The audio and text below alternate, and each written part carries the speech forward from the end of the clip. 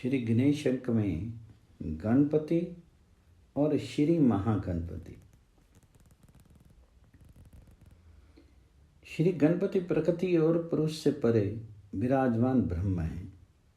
वे कभी अपनी महिमा से च्युत न होने के कारण अच्युत कहे गए हैं। संपूर्ण जगत के कारण तत्व वे ही हैं।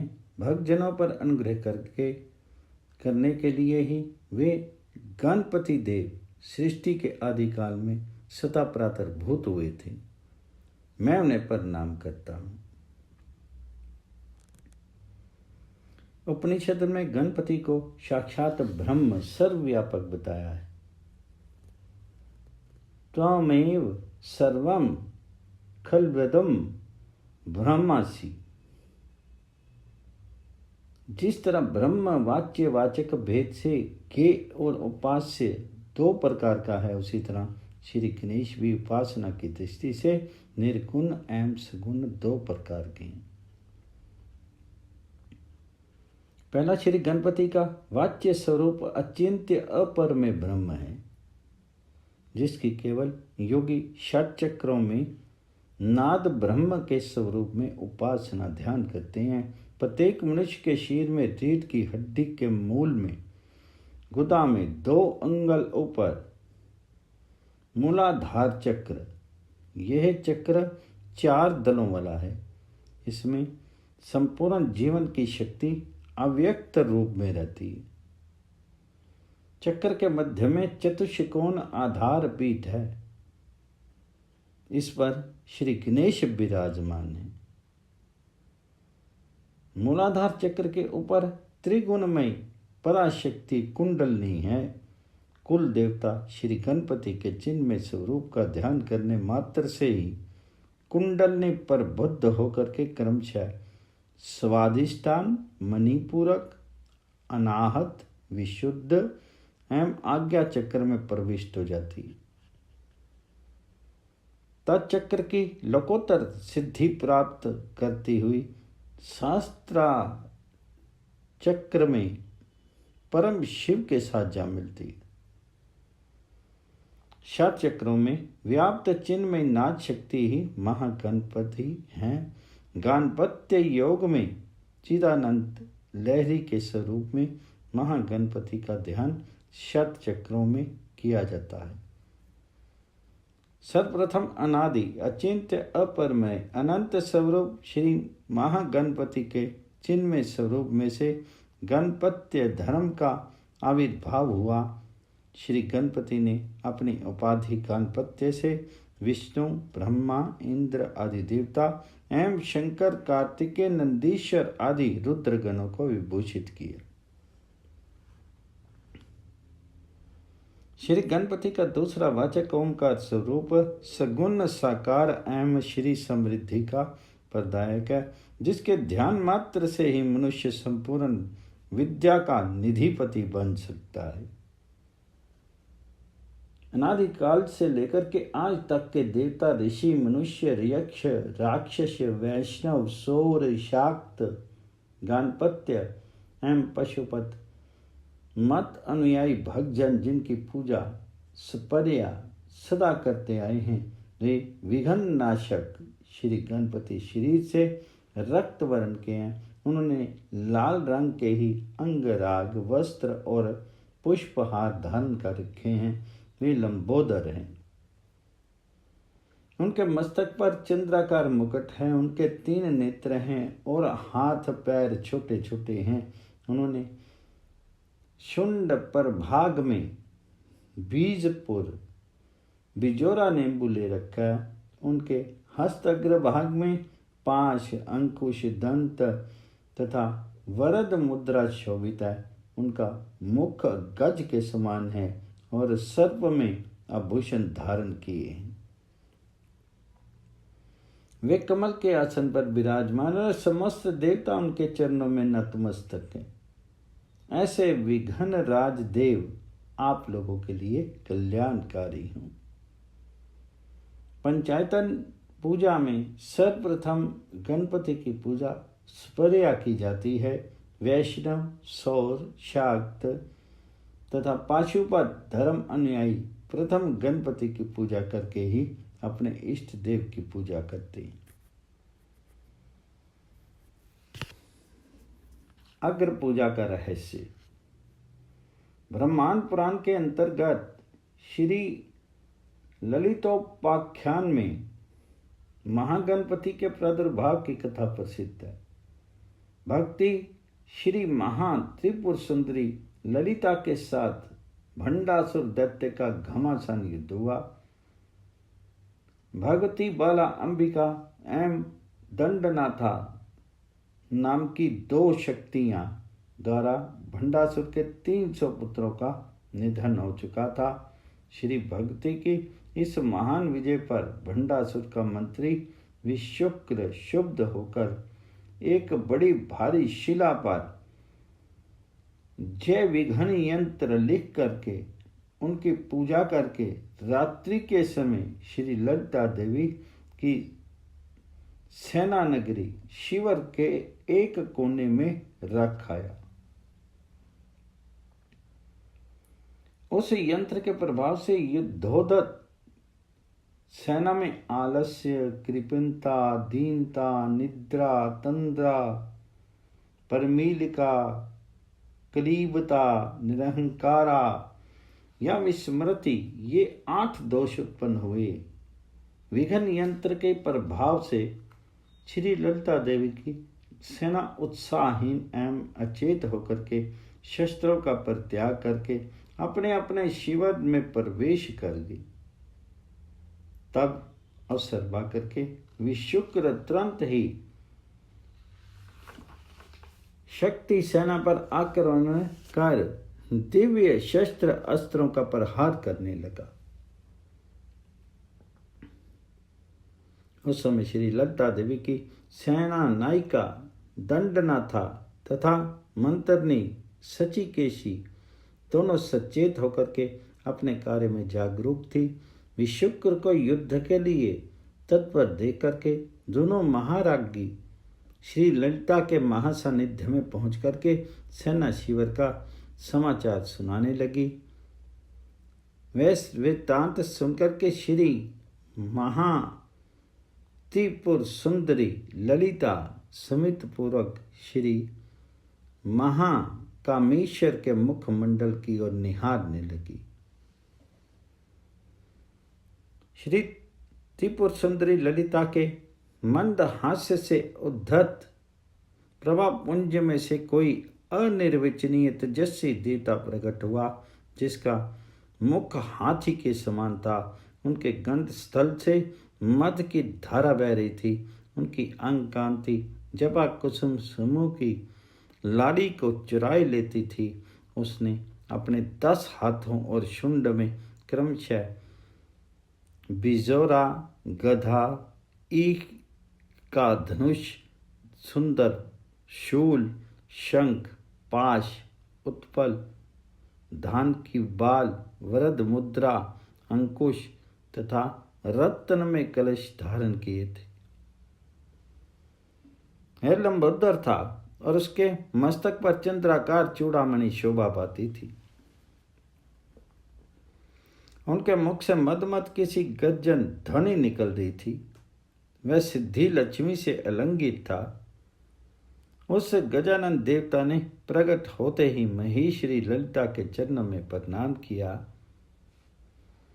त्रिपुर सुंदरी ललिता ने आशीर्वाद लेकर के वे गजानन वाहिनी प्राकार के भीतर सेना शिविर में पहुंचे।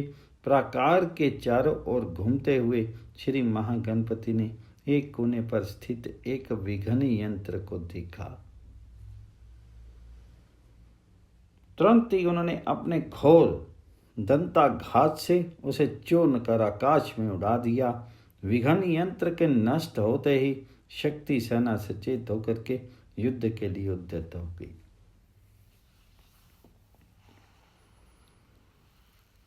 श्री महागणपति अपने मदवारी से दैत्य सेना को मूर्छित करते हुए अमोद, प्रमोद, दुर्मुख, सम्मुख, अरिघ्न और विघ्नकर्ता इन षड विघ्न विनायकों तथा तीव्रा, ज्वालनी, नंदा, संभोगदा, कामरूपिणी, उग्रा, तेजवती, सत्या और विघ्न नाशिनी, इन 9 शक्तियों के साथ वे शुक्र की सेना में पहुंची।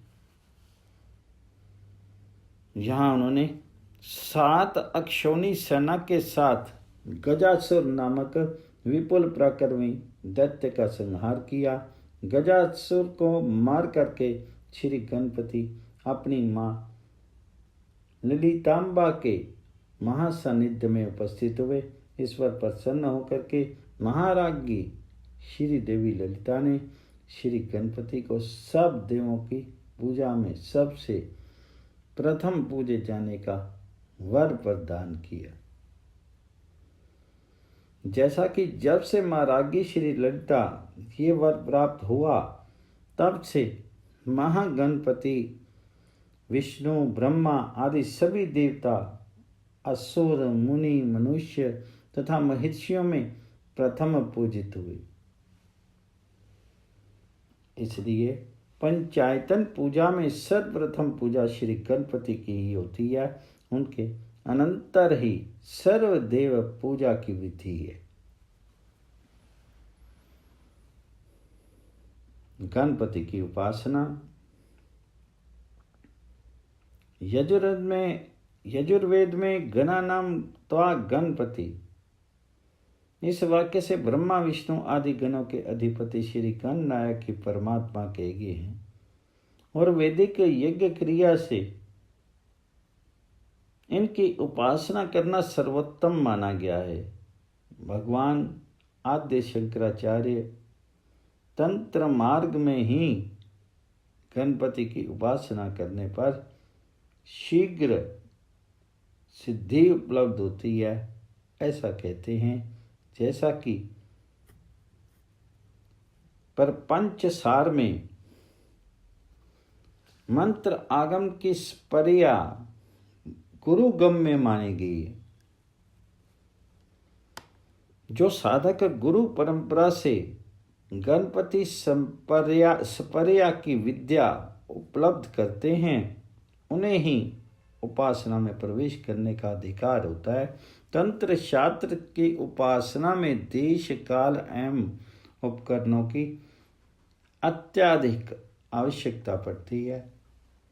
भगवान परशुराम के मत के अनुसार तंत्र आगम पूजा में सर्वप्रथम महागणपति का ध्यान करना चाहिए, जैसा कि कहा गया है। भगवान गणपति का वाम पार्श्व सिद्ध लक्ष्मी से आलंगित है। वे मणि में रत्न सिंहासन पर विराजमान हैं। उनका शीर करोड़ों सूर्यों के समान चमकीला रक्त वर्ण वाला है। मस्तक पर चंद्रमौली है। 11 भुजाओं में मातोलुंग, गधा, इक्षुकारमुख, सुदर्शन, शूल, शंख, पाश, कमल, धान्य मंजरी, अपना ही भग्न दंत तथा रत्न कलश हैं। इस प्रकार परम आनंदपूर्ण गंड स्थल से मद की धारा बहाने वाली सर्वविघ्न विध्वंसक महागणपति का ध्यान करना चाहिए। तत्पश्चात सिद्धपीठ, त्रिकोण, षटकोण, व्रत, वृत्त, चतुरस्त्र आदि में गंध, अक्षत, पुष्प पूजित शुद्ध जलपूर्ण कलशों में अर्घ्य स्थापना करनी चाहिए। उसी अर्घ्य अमृत जल से अर्घ्य पात्र आदि का संस्कार करके महागणपति की पूजा स्पर्या पंचावरण से करनी चाहिए। जैसा कि मूलेन पंचावरण पूजाम कुर्यात, ऐसा कहा गया है। पूजा स्पर्या के उपचार में पाद्य, अर्घ्य आचमन, स्नान, वस्त्र, भूषण, गंध, पुष्प, धूप, दीप, नैवेद्य, नीराजन आदि का उपयोग होता है। जैसा कि उपयुक्त विशेष अर्घ्य अमृत वारी से सविधि उपचार पूजा स्पर्या करके सर्व विघ्न निवारनाथ महागणपति की स्तुति करनी चाहिए। तत्पश्चात महागणपति मंत्र का जप करने पर शीघ्र सिद्धि प्राप्त होती है। यद्यपि तुरंत सिद्धि प्राप्त करने के लिए उच्चिष्ट गणपति, वरद गणेश, हरिद्रा गणेश आदि की उपासना अत्यंत उत्तम समझी जाती है। तथापि ये सब सिद्धियां क्षणिक मानी गई हैं। उपयुक्त महागणपति की पूजा सामग्री और पूजा स्पर्या से साधक को शाश्वती सिद्धि समृद्धि उपलब्ध होती है और भोग अपवर्ग दोनों प्राप्त होते हैं। ओम गण गणपति नमः। जय गणपति। जय गणपति गणनायक जय है, जन्मन मंगल त्राता, एक रदन गज वदन विनायक, कृपा सिंधु सुखदाता। जय लंबोदर मूषक वाहन, विघ्न विनाशन करता, जय जगवंदन शंकर नंदन, कलुष ताप तम हत्ता।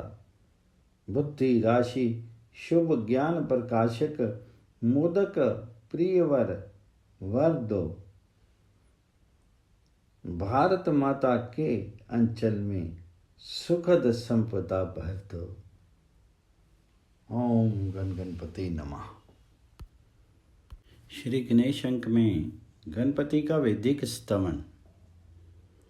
आज का वैज्ञानिक अध्ययन इस मत को निरंतर अग्रसरित करता रहता है कि मनुष्य के ज्ञान का विकास उसी प्रकार धीरे धीरे हुआ जिस प्रकार हमारे घरों में हमारे बच्चों का ज्ञान धीरे धीरे विकसित होता है। पर हमारे इस युग का वैज्ञानिक अध्ययन जैसे जैसे प्रगति करता जाएगा वैसे ही वैसे वह उस वैदिक सिद्धांत के निकट पहुंचता जाएगा जिसमें कहा गया है वह पूर्ण है, ये पूर्ण है, पूर्ण से ही पूर्ण प्रकट होता है तथा पूर्ण से पूर्ण को निकाल लेने पर पूर्ण ही शेष रह जाता है। तर्क संगत प्रमाणों से यह सिद्ध किया जा सकता है कि अन्न के खद्योज का जन्म अन्न के साथ ही हुआ है। गेहूं में जो खद्योत आज विद्यमान है वह उसके जन्म के आदिकाल में भी था और भविष्य में भी तब तक बना रहेगा जब तक गेहूं का अस्तित्व है। सिंह ने धीरे धीरे हिंसा नहीं सीखी। वह जितना हिंसक आज है उतना हिंसक अपनी सृष्टि के आदि में भी था। अंत तक वह आज की ही भांति हिंसक बना रहेगा। गाय ने धीरे धीरे शाकाहार नहीं सीखा। वह आज की ही भांति अपनी सृष्टि के आदिकाल में भी शाकाहारिणी थी और अंत तक वह शाकाहारिणी ही बनी रहेगी। वनस्पति जगत और पशु जगत की प्रवृत्तियों के सारे प्रमाण इस बात के पुष्ट आधार हैं कि मनुष्य मानवीय सृष्टि के आदिकाल में जिन देवी और आसुरी संपदाओं को लेकर के उत्पन्न हुआ था वह आदि से अंत तक एक सी होकर के उसके साथ ही रहेंगी। पाश्चात्य विद्वानों के बहुमत की यह मान्यता कि आदि मानव बर्बर जीव के रूप में उत्पन्न हुआ और बहुत बड़ी काल अवधि के उपरांत उसने बोलना सीखा, तभी सत्य प्रमाणित हो सकता है जब वह सिद्ध कर दिया जाए कि मृग ने अपनी उत्पत्ति के बहुत दिनों बाद दौड़ना सीखा और कोयल के कूक में बहुत दिनों बाद माधुर्य का प्रवेश हुआ, पर ऐसा सिद्ध नहीं किया जा सकता। पूर्ण से पूर्ण ही प्रकट होता है। इसलिए संपूर्ण जीव जगत जिसमें मनुष्य का स्थान सबसे अधिक महत्वपूर्ण है, अपनी सृष्टि के काल में पूर्णत्व से युक्त होकर और दो शक्तियों से संपन्न होकर के उत्पन्न हुआ। एक देवी संपत्ति और दूसरी आसुरी संपत्ति। मानव जीवन में उसकी देवी और आसुरी संपत्तियों के बीच निरंतर संग्राम होता रहता है और इस संग्राम में उसके अंतःस्थल में व्याप्त ईश्वरीय सत्ता का अग्नि स्वरूप निरंतर आसुरी संपदा के प्रतिनिधि वृत्त का संहार करता रहा है। वेद की घोषणा है कि ये अग्नि सत्य के सद्वीर्य का ईश्वर है। ये संसार के महान सौभाग्य का ईश्वर है। ये विश्व की संतान सत्ता और पशु सत्ता का ईश्वर है। ये अग्नि उस सभी का ईश्वर है जो वृत्त का संहार किया करते हैं। वैदिक ऋषि पूर्ण ब्रह्म की पूर्ण संतान थे। अपनी पूर्णता के कारण ही वे सारे ज्ञान के आदि दृष्टा थे। उन्होंने अपने मानस चक्षुओं से जिस ज्ञान का दर्शन किया था, उस ज्ञान के वे लेखक और प्रकाशक नहीं बने। उन्होंने अपने को केवल उस ज्ञान का दृष्टा माना। इस अत्यधिक महत्वपूर्ण बात से भी उन ऋषियों की पूर्णता सिद्ध होती है। वैदिक ऋषियों ने अपने जागृत विवेक के द्वारा संसार की देवी संपत्ति के संवर्धन के हेतु एवं आसुरी संपत्ति के उन्मूलन के निमित्त जगत की सृष्टा की अनेक नामों में से उपासना की। देववाणी के ऋषियों की उस देव उपासना के विवेचनात्मक अध्ययन की आवश्यकता कभी समाप्त होने की नहीं।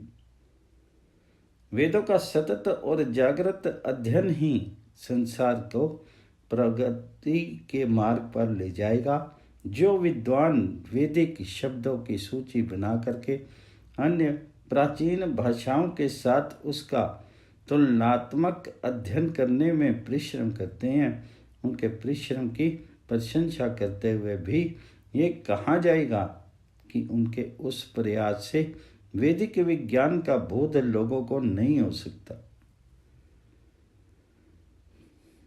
वेद का कथन है कि जो देह अधिवासक ईश्वर को नहीं जान पाया, ऋचाओं के विश्लेषण से उसके कुछ भी लाभ प्राप्त नहीं होगा। यस्तन वेद की मृचा कृष्यति। परमात्मा के सत्य चिंतन के माध्यम से मनुष्य असत्य से सत्य की ओर बढ़े, यही वैदिक ज्ञान योग है। मनुष्य अंधकार से प्रकाश की ओर बढ़े, यही वैदिक कर्म योग है। मनुष्य मृत्यु से जीवन की ओर बढ़े, यही वैदिक भक्ति योग है। परमात्मा अनंत हैं, उसकी शक्तियां अनंत हैं। वेदों की देव उपासना अनंत शक्ति वाले परमात्मा की ही उपासना है।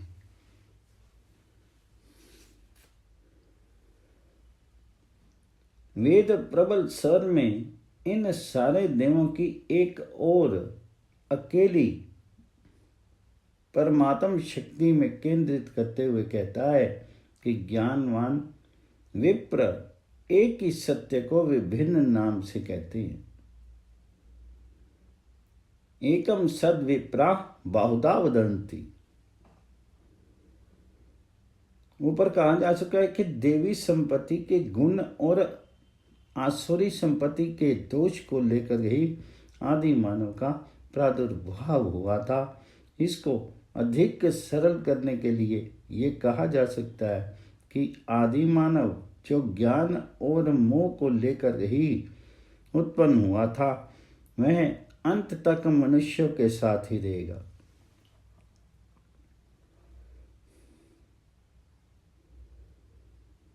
ज्ञान प्रकाश की बुद्धिमता है और मोह अज्ञान की अंधकार की मूर्ता। ध्यान दीजिए कि जो मनुष्य ज्ञान के आलोक के कारण चंद्रलोक पर चढ़ने की बुद्धिमत्ता प्रदर्शित करता है, वही मनुष्य आणविक आयुधों का प्रक्षेपण करता हुआ लाखों के विनाश की मूर्ता भी दिखलाता है। विद्युत से दीप्तिमान हमारे घर और नगर एवं हमारे अत्यधिक वैभव के साधन हमें इस मूर्ता से, इस आसुरी संपदा के पास से मुक्त कर सकेंगे, ऐसा सोचना स्वयं एक मूर्ता है। हमारी ये आसुरी सभ्यता, हमारी ये मूर्ता, हमारी देवी संपदाओं बुद्धिमत्ता को पराजित ना कर पाई, यही हमारे जीवन का लक्ष्य है।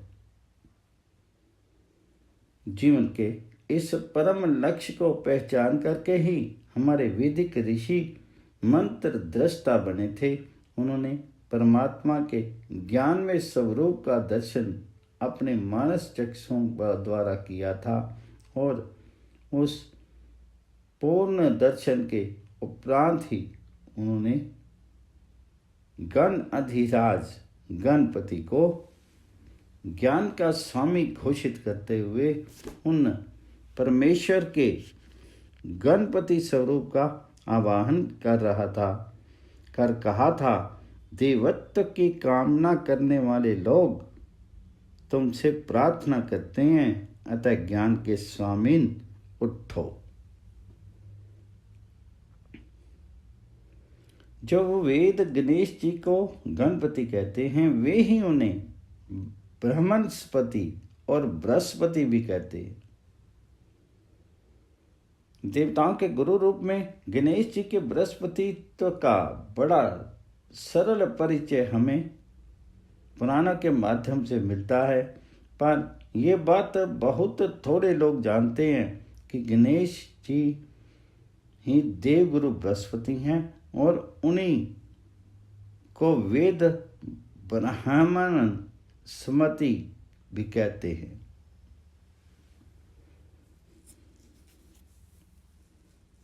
वैदिक विज्ञान के अनुसार सारे देवता एक ही परमपिता परमात्मा की भिन्न भिन्न शक्तियों के प्रतीक हैं।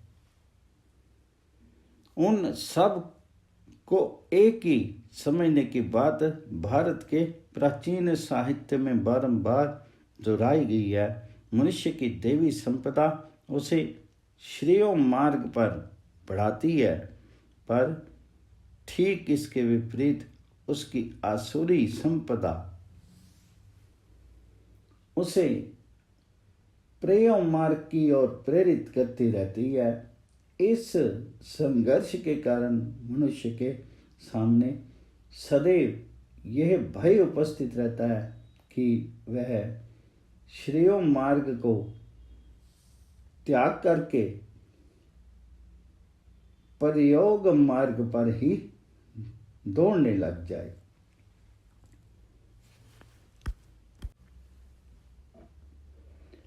वेद के मंत्र दृष्टा ऋषि मानव की इस महती बाधा को बड़ी भांति पहचानते थे और इसलिए मानव मात्र का सच्चा प्रतिनिधित्व करते हुए उन्होंने वेद के अपौरुषेय ज्ञान के दृष्टा होकर के लोक कल्याण के निमित्त परमात्मा की भिन्न शक्तियों को लोक में इसलिए उतारा कि वे मानव मात्र को श्रेय मार्ग पर चलने की प्रेरणा दें।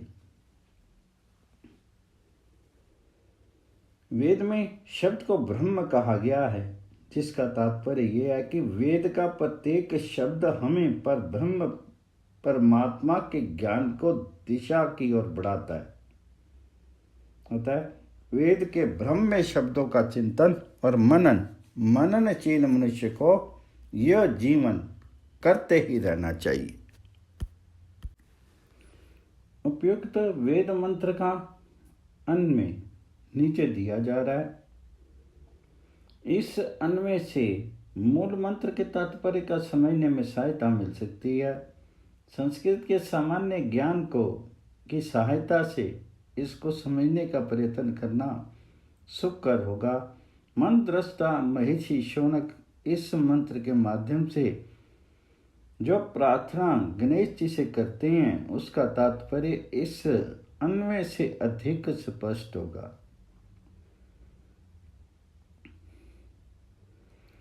ब्रह्मणस्पते गणानाम गणपति कवीनाम कविम उपमश्रवस्तमं चेष्टराजं त्वा हवामहेना शृण्वन् उतिभि साधनम आसीत। जिन गणेश का आवाहन महर्षि भृगुपुत्र शौनक ने इस मंत्र में किया है उन्हें पहले ब्रह्मणस्पते कह करके सारे ज्ञान विज्ञान से युक्त बतलाया है। ज्ञान विज्ञान से युक्त गणेश जी जब लोक में पधारेंगे तो मनुष्यों में ज्ञान विज्ञान का प्रसार करेंगे, पर इस ज्ञान विज्ञान के ग्रहण करने की क्षमता तो मनुष्य ही अपने में उत्पन्न करेगा।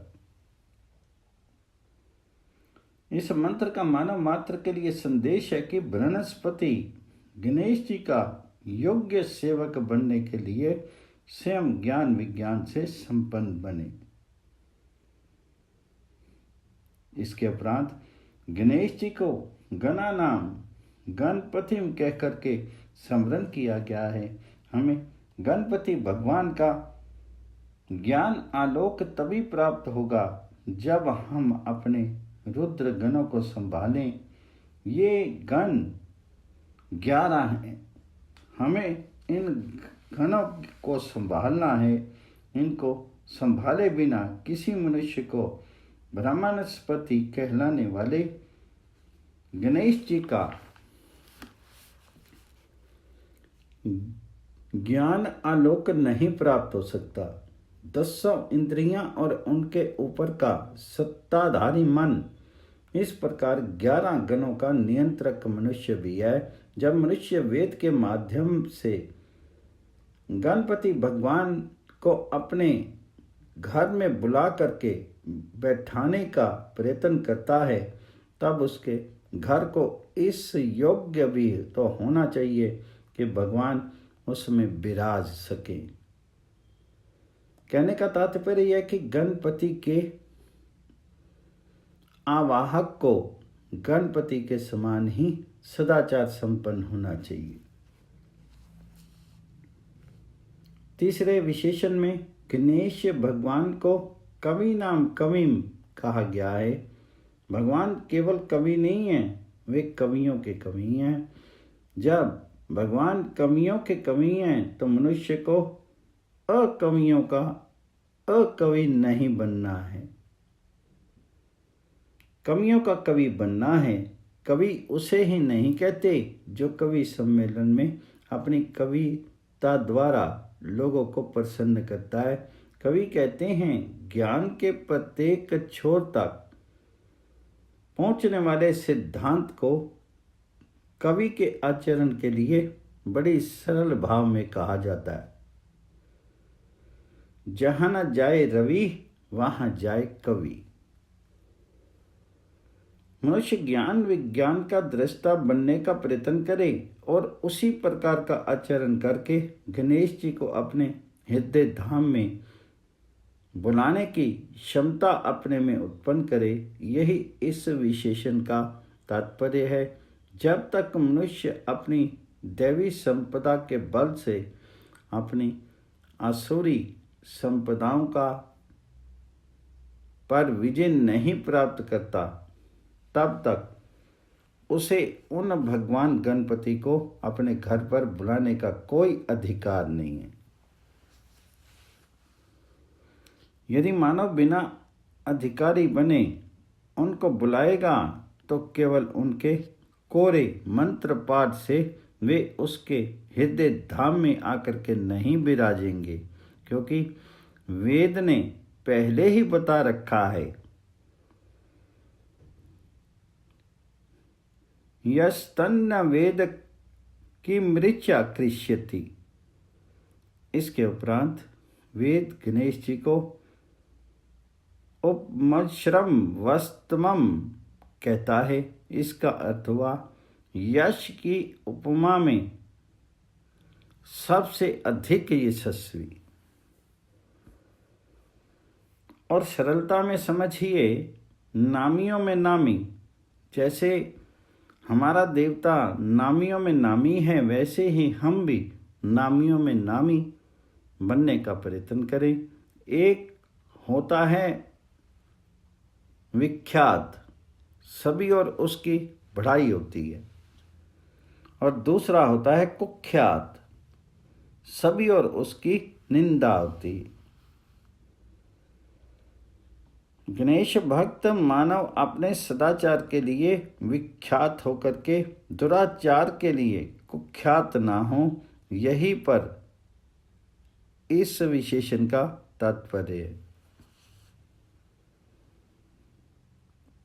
अब ज्येष्ठ राजाओं पर विचार कीजिए।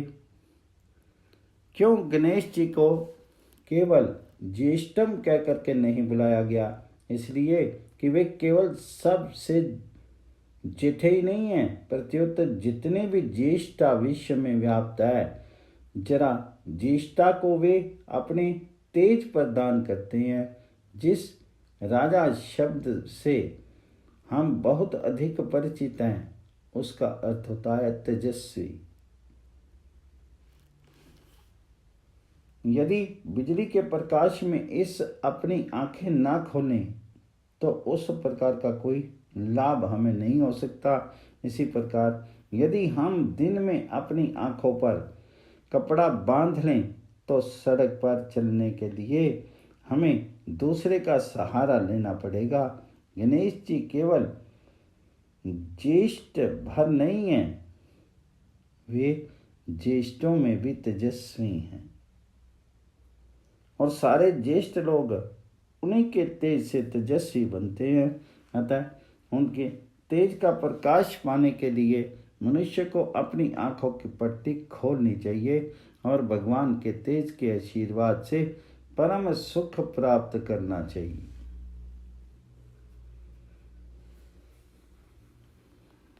यही इस ज्येष्ठ राज विशेषण का तात्पर्य है।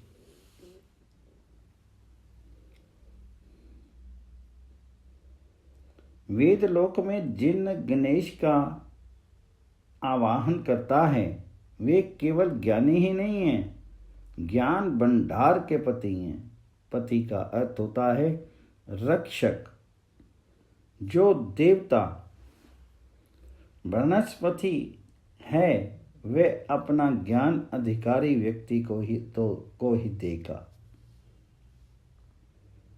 ये अधिकारी वही हो सकता है जिसने आसुरी संप्रदायों के वृत्तों का उन्मूलन कर दिया हो, जिसने अपने आचरण को ठीक वैसा बना लिया हो जैसा गणपति भगवान चाहते हैं। तभी उसकी पुकार पर भगवान गणपति उसके हृदय धाम में आकर के बैठ सकते हैं। अधिकारी होने की मर्यादा इस लोक में भी प्रचलित नहीं, इस लोक में भी प्रचलित है। हमारे संसार में एक भी ऐसा विश्वविद्यालय नहीं है जो 10वीं श्रेणी के उत्तीर्ण विद्यार्थी को 15वीं श्रेणी में प्रवेश दे दे। 15वीं श्रेणी में प्रवेश पाने के लिए आवश्यक है कि विद्यार्थी 14वीं श्रेणी में उत्तीर्ण हो चुका हो। ठीक उसी प्रकार गणपति भगवान का ज्ञान आलोक प्राप्त करने के लिए ये आवश्यक है कि हम स्वयं उनके द्वारा प्रसारित ज्ञान के प्रकाश को अपने आचरण में उतार चुके हों। वेदों में गणेश जी की स्तुतियों के अनेक मंत्र हैं, जिनमें से केवल एक की चर्चा इस लेख में की गई है। आशा है इस चर्चा से विज्ञ पाठकों का न केवल मनोरंजन होगा, प्रत्युत उनके द्वारा उनके हृदय में उस वेद भक्ति का भी उदय होगा, जिसकी शक्ति से मानव इस परमपिता परमात्मा का अनुग्रह प्राप्त कर सकता है। ओम गण गणपति नमः।